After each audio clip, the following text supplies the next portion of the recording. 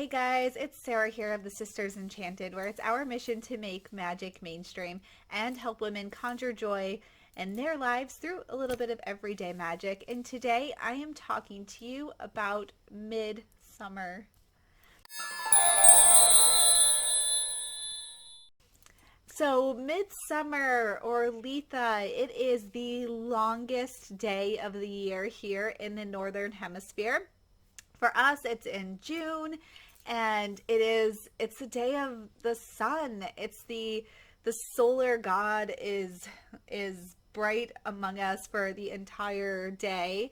And yeah, the longest day of the year. So, Litha, in a practical sense, it's a time for getting outside. It's a time for celebrating outdoors. It's a time for reflecting on your solar goals. These would be your goals that have numbers attached to them, monetary goals, numbers of years, to-do lists, tasks. It's also the height of this sort of spring fertile season that we've had. So with Litha in midsummer, we are coming off of all of these fertility markers like Ostara and Beltane. And after those, we've experienced the sprouting of spring, right? Newness of plants, and the story of deity. We have the sort of the masculine and the feminine have come together. We are now pregnant in amazingness, and things are growing, trees are growing, flowers are growing. And here we are. After those two festivals, we find ourselves at Midsummer on Litha, celebrating all that has grown so far. So from this longest day of the year on Litha on Midsummer, from here the days are going to get a little shorter. Gradually, you won't notice at first, they're going to get shorter and shorter and shorter again. So up until this point, our days have been getting longer. And from now until Yule, they're going to get shorter and shorter and shorter.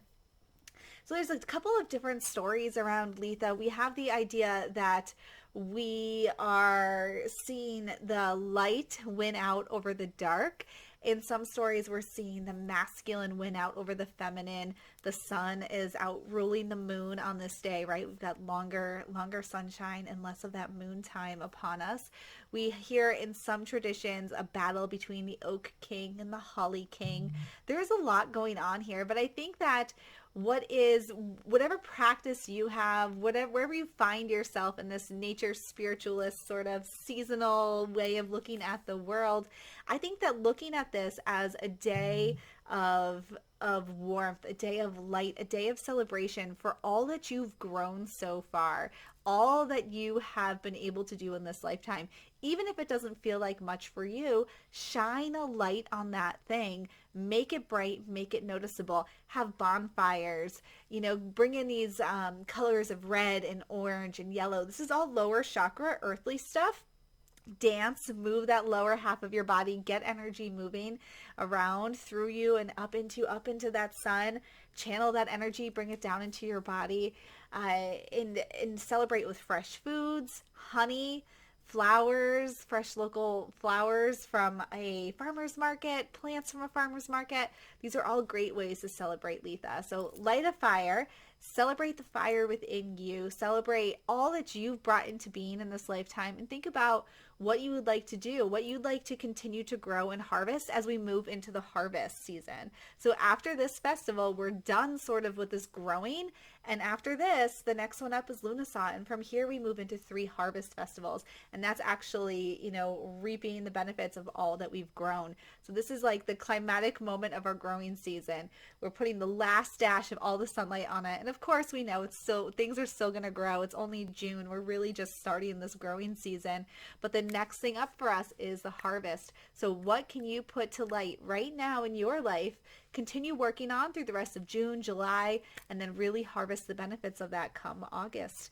And sit around a bonfire, do some storytelling, maybe tell some stories about where good is defeating evil, or where we're seeing the light come in and defeat the dark today, even though we know that there is a lot to be said for the dark and some very good stuff in the dark. But it can be fun to do that bonfire storytelling.